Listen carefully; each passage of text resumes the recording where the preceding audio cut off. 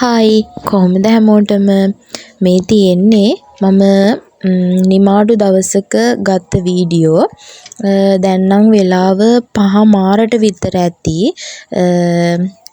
මේ දවස්වල 5:00 වුණත් මේ සාමාන්‍යයෙන් එළිය වැටිලා තියෙන්නේ මොකද වෙන දවසක ඒ කියන්නේ අර පොඩ්ඩක් අර වැහි කාලවල 5:00 විතර මේ කළුවර වැටලා තිබුණේ මේ 6ට වගේ තමයි එළිය වැටෙන්නේ. එහෙම අර සමහර දවස් තියෙනවනේ.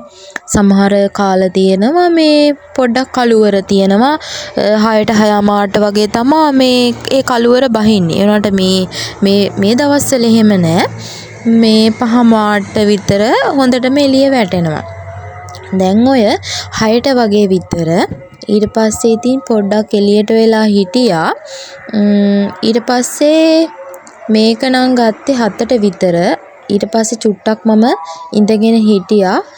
මම ඔය කරන්නේ නැගිටලා වතුර බොන එක. පොඩ්ඩක් අර වාහනත් අඩු නිසා පොඩ්ඩක් ඉඳගෙන හිටියා මේ එතනට වෙලා. මේ වෙලාවට තියෙන අවුව එච්චරම සැර නෑ මේ උදේමනේ. ඊට පස්සේ ඉතින් මං ටික වෙලාවක් එතන ඉඳලා උදේම මූණ හොදලා වැඩ කරන්න කියලා පටන් ගත්තා. වැඩ කරනවා කියන්නේ මේ අපේ ක්ලාස් එකේ තිබුණ වැඩ වගේක් ඒවා තමා කරේ.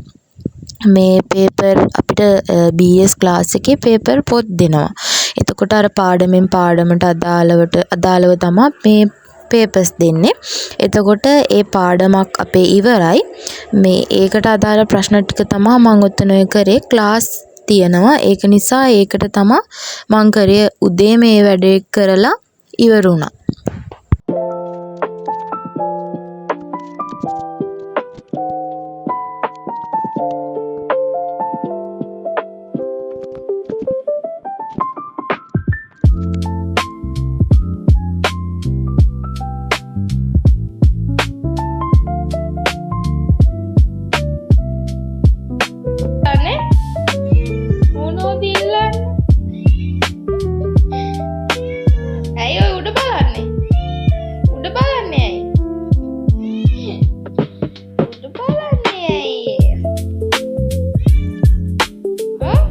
මේ බලන්නකො මෙතන තියෙන මල් පැලේ ඔය ඔතන තියෙන මල් පැලේ අපේ අම්මගේ හරිද මේ ඕක පුදුම තරම් ආසාවකින් තමයි ඔතන එල්ලුවේ. දැන් නම් වෙලාව දවල් 2ට විතර ඇති. මම දැක්කා අපේ වද ගහේ වද මල් පිපිලා තිබ්බා. වද මල් කිව්වට ඉතින් වද මල් 2-3ක් තමයි තිබ්බේ. ඊට පස්සේ මම මේ වද මල කඩාගෙන හිතුවා අද මේ මල ඔළුවේ ගානවා කියලා. දවල් වෙලක් තිබුණ නිසා තමා හිතුවේ මේ වද මල ඔළුවේ ගාලම නානවා කියලා. මේ වලින් මේක ඔළුවේ ගන්න හදාගන්නේ මේ වද මල හොඳට හොදලා අරගෙන මේ ඒකේ පෙති ටික කඩනවා. පෙති ටික කඩලා අරගෙන වද මලේ යුෂ ටික වතුර එකට ගන්නවා.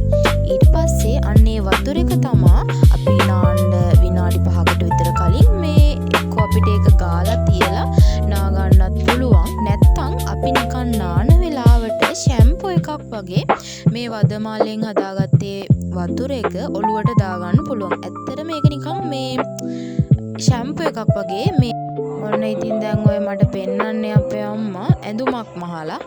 ඒක ඉතින් ලස්සනයි දිගේ මගෙන් නම් ඉතින් හවස් වෙලා. ඔහොම තමයි ඉතින් අද නිමාඩු දවස ගෙවුනේ. එහෙනම් ඉතින් අදට ගිහින් එන්න. Bye.